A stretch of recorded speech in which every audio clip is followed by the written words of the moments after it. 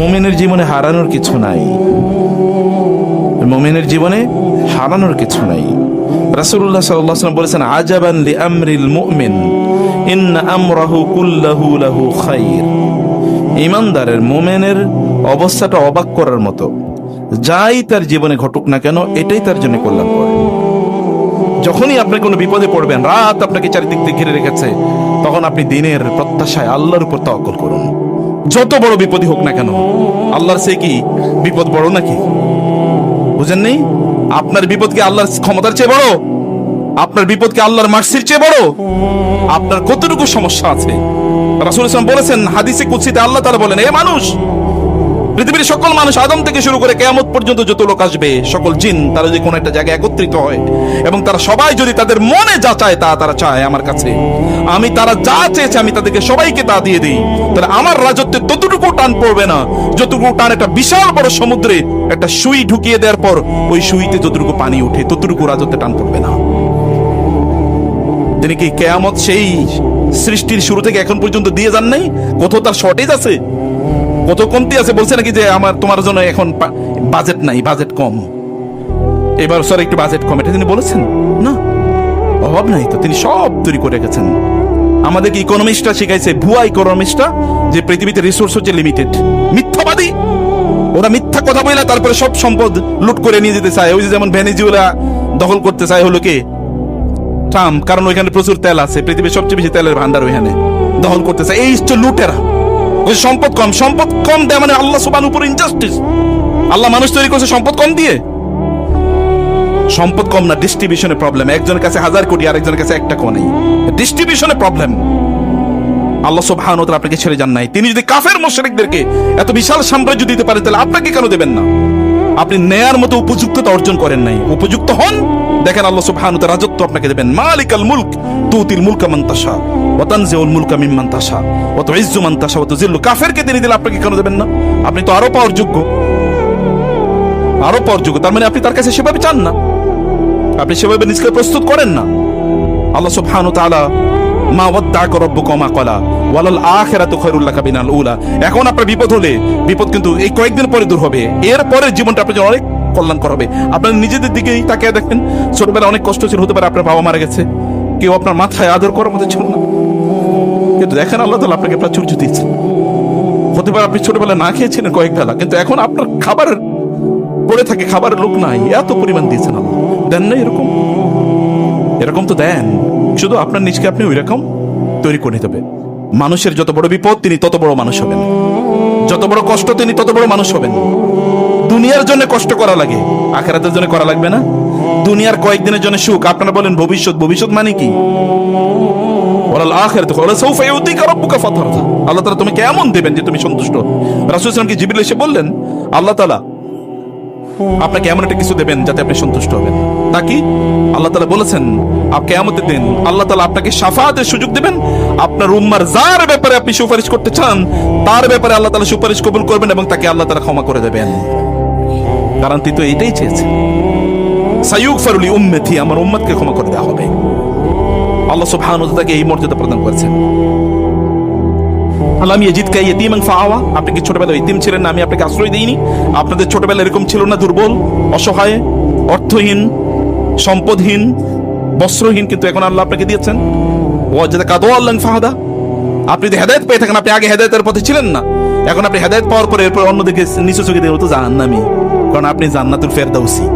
এরকম একটা টাইপ মানুষ। দিন প্র্যাকটিস করার পরে তার মধ্যে বিনয় বাড়ে, আর আমাদের চরিত্রের দিন প্র্যাকটিস করার পর আমরা অহংকারী হয়ে উঠি, আর কাউরে জান্নাতি মনে করি না। আছে কিনা এরকম? আপনার চারিপাশে দেখবেন, মানে নিজেই একমাত্র জান্নাতি আর সবাই জাহান্নামী, এরকম একটা টাইপ। বিনয়ী হতে হয়, বিনয়ী হতে হয়। আল্লাহ অনুগ্রহ করেছেন, আপনি পথ পেতেন না, আপনাকে আল্লাহ পথ দেখিয়ে দিয়েছেন। আপনার মানুষের প্রতি মুখাপেক্ষী ইচ্ছা ছিল, এখন মানুষ আপনার প্রতি মুখাপেক্ষী। প্রিয় ভাই, এই জন্য দিনই এখানে আলেমরা যারা আছেন, কেউ যদি আপনাদের কাছে দিন জানতে চায় তাহলে অহংকার দেখায়েন না। বহুত আলেমরা দেখেন না, মাহফিলে, মসজিদে ইত্যাদি গিয়ে তার কথাবার্তা শুনলে মনে হয় যে অহংকারে ফাইটা পড়ে, তার সাথে দেখাই করা যায় না, কথাই বলা যায় না। কি অহংকার! সেলিব্রিটি, সেলফি তোলার জন্য প্রায় টাকা দেয়া লাগে, এরকম একটা ভাব। কথা বলার জন্য 10-12 দিনের অ্যাপয়েন্টমেন্ট নেওয়া লাগে। দিনই আপনার ব্যস্ততা আছে, দ্যাট ইজ রিয়েল যদি হয় সেটা, কিন্তু ফেক ব্যস্ততা আপনি কেন তৈরি করেন দাম বাড়ানোর জন্য? দাম আল্লাহর কাছে বাড়ছে কিনা সেটা দেখেন। মানুষের যদি আপনার কাছে প্রয়োজনীয়তা থাকে তাহলে আল্লাহ কৃতজ্ঞতা আদায় করুন যে মানুষকে আল্লাহ তাআলা আপনার মুখাপেক্ষি করেছেন, আপনাকে মানুষের মুখাপেক্ষি করেন নাই। ফাআম্মাল ইয়াতীমা ফালা তাকহার, অতএব ইয়াতীমদের ধমক দিয়েন না, তাদের মাথায় হাত বুলিয়ে দেন। জিজ্ঞেস করেন, আপনিও ইয়াতীম ছিলেন এবং ইয়াতীম হবেন, আপনার সন্তানও ইয়াতীম হয়ে যেতে পারে, তখন কি হবে? ওয়াম্মা সাইলা ফালা তানহার, কেউ যদি চায় তাহলে তাকে ধমক দিয়ে তাড়িয়ে দিয়েন না। ভিক্ষুককে একটু দেন অথবা তার জন্য একটু দোয়া করে দেন। আমরা তো ভিক্ষুকের কাছে চাই, দেওয়ার পরে আমার জন্য একটু দোয়া করেন। নো, ভিক্ষুকে দেওয়ার পরে তারপরে দোয়া করে বলেন আল্লাহ তাআলা তোমাকে অর্থনৈতিকভাবে স্বাবলম্বী করে দেখ। কারো ভিক্ষা না দিতে বলে ভাই তুমি ভিক্ষা করছো কোন, আল্লাহ তাআলা তোমাকে সম্পদশালী করে দেখ, আল্লাহ তোমার বিপদ দূর করে দেখ, এতটুকু কমপক্ষে বলেন না। কারণ আপনি যা বলবেন একই জিনিস তো আপনার জন্য ফেরেশতা দোয়া করবে আল্লাহর কাছে। ওয়াম্মা বিনিআমাতি রাব্বিকা ফাহাদ্দিস, যা নেয়ামত আছে সব নেয়ামতের শিকার শুকর আদায় করুন। যেই সকল ব্যক্তিরা কৃতজ্ঞ, আপনাদের পরিবারেও বিশেষ করে মহিলাদের কথা বলছি, রাসূল সাল্লাল্লাহু আলাইহি ওয়াসাল্লাম বলেছেন জাহান্নামে মহিলারা বেশি যাবে কি কারণে? ফাতাকফুরুনাল আশিরা, তোমাদের স্বামীদের অকৃতজ্ঞতা তোমরা করো। অকৃতজ্ঞতা মহিলাদের একটা বড় দোষ, জাহান্নামে যাওয়ার অন্যতম প্রধান কারণ। রাসূল সাল্লাল্লাহু আলাইহি ওয়াসাল্লাম বলেছেন ইন্নী উরিতু কুন্না আকসারা আহলিন নার, আমি তোমাদেরকে দিয়েছি বেশি বেশি তোমরা জাহান্নামে যাও। দুটো কারণ, একটা হচ্ছে লাতাকফুরুনাল আশিরা ওয়াতা এবং ওয়াতুকসিরনাল লানা, তোমরা বেশি বেশি লানত দাও। কথায় কথায় লানত, আমার কেন ধ্বংস হয় না, আমি কেন মরি না, অমুকে কেন ওইটা হলো না, এগুলো তোমরা করবে না। এবং আপনাদেরকে বলছি কৃতজ্ঞ হন।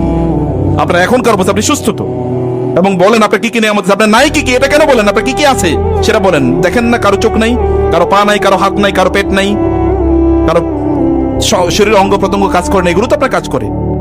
এই যে যুবকরা যারা আছে, যুবতীরা যারা আছে, তারা ভিক্ষা করে কি হবে? ও তো আল্লাহর প্রতি অকৃতজ্ঞ, তার অঙ্গ প্রত্যঙ্গ গুলো দিয়ে সে ইনকাম করতে পারে। আহমদ ইবনে হাম্বল রাহিমাহুল্লাহ রাতের অন্ধকার নামাজ পড়ে তারপরে বাসার দিকে যাচ্ছেন, এর মধ্যে দেখলেন যে একটা লোক রাস্তায় পড়ে আছে এবং গোংরাচ্ছে। তিনি মুখের কাছে কান টানে দেখা যাচ্ছে আল্লাহ আল্লাহ আল্লাহ বলছে, কিন্তু মুখ থেকে গন্ধ। তিনি বুঝলেন এই লোক মদ খেয়ে মাতাল হয়ে পড়ে আছে। আহমদ ইবনে হাম্বল চিন্তা করেন করবেন কি, কিন্তু তিনি ভাবলেন যে মুখ থেকে আল্লাহর নাম বাহির হয়, যে মুখ থেকে আল্লাহর নাম বাহির হয়েছে, এই মুখটাতে একটু পানি দেওয়া দরকার। তিনি একটু পানি দিয়ে মুখটা ধুয়ে দিলেন, এরপর তিনি চলে গেলেন। সকালবেলা তিনি মসজিদে এসে তাহাজ্জুদের মানে ফজরের আগে, ফজরের সময় তিনি মসজিদে সবার আগে আসলেন। এই দেখলেন একটা লোক পাশে বসে কেবল আল্লাহর কাছে কাঁদছে, আল্লাহ মাফ করে দাও, আল্লাহ ভুল করছে মাফ করে দাও। তিনি ভাবলেন কে এই লোক, এত আগে আসলো এভাবে আল্লাহর কাছে কাকুতি মিনতি করে বলে।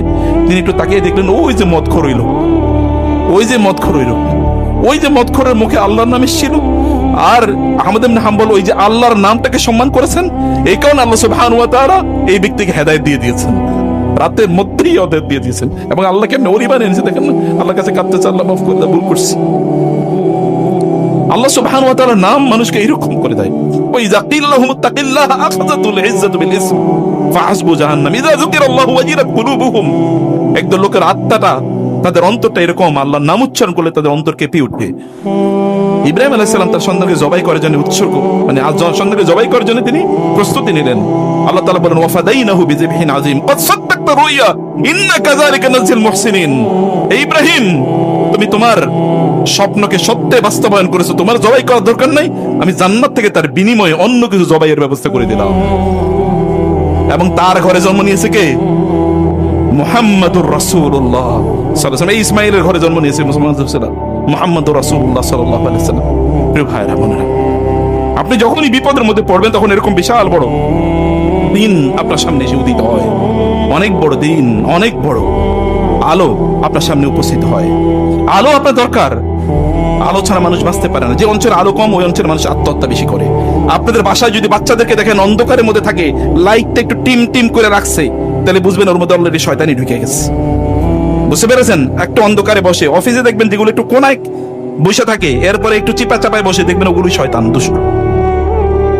আপনার যদি ইয়ে থাকে, স্পিরিট থাকে, আলোর মধ্যে, ফ্লাড লাইটের নিচে থাকবেন, আলোর মধ্যে থাকবেন আপনি, প্রচুর আলো, একেবারে স্পষ্ট আলো, মানে হচ্ছে মানুষের সামনে থাকবেন আপনি। কোনা কি চাই কি, একেবারে সন্তান যদি, আপনার সন্তান যদি কম্পিউটারটা অথবা তার কোনো ডিভাইস একটু আড়াল করে রাখে, তাহলে বুঝবেন অলরেডি শয়তানি ঢুকছে, শয়তান অলরেডি তারা ক্যাপচার করে ফেলছে। এটা করা যাবে না, প্রকাশ্য সামনে রাখুন। আলোর মধ্যে মানুষ ভালো থাকে। আলো অন্ধকার এর সাথে কি আসে? ক্ষতি আসে। আপনি দেখেন না সূরাতুল ফালাকে আমরা দোয়া করি না, ওমিন শাররি গাসিকিন ইযা ওয়াকাব। গাসিকিন মানে রাতের ভয়াবহ অন্ধকার, ক্ষতিকর। ইযা ওয়াকাব, যখন সে তার ক্ষতির প্রভাব চারিদিকে বিস্তার করে দেয়। সেখান থেকে আল্লাহর কাছে আশ্রয় চাইতে আল্লাহ সুবহানাহু ওয়া তাআলা আমাদেরকে বলেছেন। প্রিয় ভাইরা, রাতের অন্ধকার বাড়ে শেষের দিকে, এটাকে সুবহে কাযেব বলে আপনারা জানেন। আপনি মনে করছেন কি আলো, কিন্তু আসলে অন্ধকার।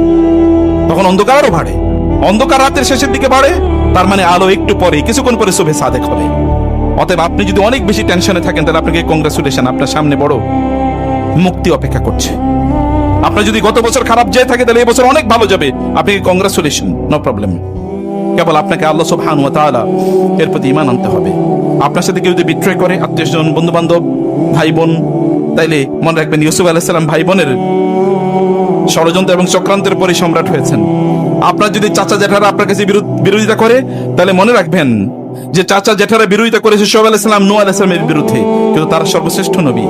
আপনি যদি বাবা আপনার বিরোধিতা করে থাকে, বা সন্তানরা বিরোধিতা আপনার করে থাকে, তাহলে মনে করবেন ইব্রাহিম আলাইহিস সালামের বাবা তার বিরোধিতা করেছে।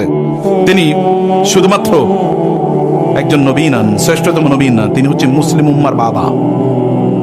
মিল্লাত আবিকুম ইব্রাহিম, তোমাদের জাতির পিতা তিনি। তিনি হুয়া সাম্মাকুমুল মুসলিমিন, তিনি তোমাদের নাম রাখছেন মুসলিম। আমরা মুসলিম, এটা নাম রাখছেন কে? ইব্রাহিম আলাইহিস সালাতু ওয়াস সালাম। আপনি যদি আপনার ঘর থেকে, আপনার এলাকা থেকে বিচ্যুত হয়ে থাকেন, আপনাকে দেশ থেকে তাড়িয়ে দেওয়া হয়েছে, তাহলে মনে রাখবেন এই দেশের মালিক আপনি হবেন। রাসূলুল্লাহ সাল্লাল্লাহু আলাইহি ওয়াসাল্লামকে ওরা দেশ থেকে তাড়িয়ে দিয়েছিল, মদিনায় গিয়ে তিনি হয়েছেন প্রেসিডেন্ট। তার 8 বছর পরে মক্কাবাসীরা তাকে স্বাগত জানিয়েছে, মক্কা তার কাছে আত্মসমর্পণ করেছে।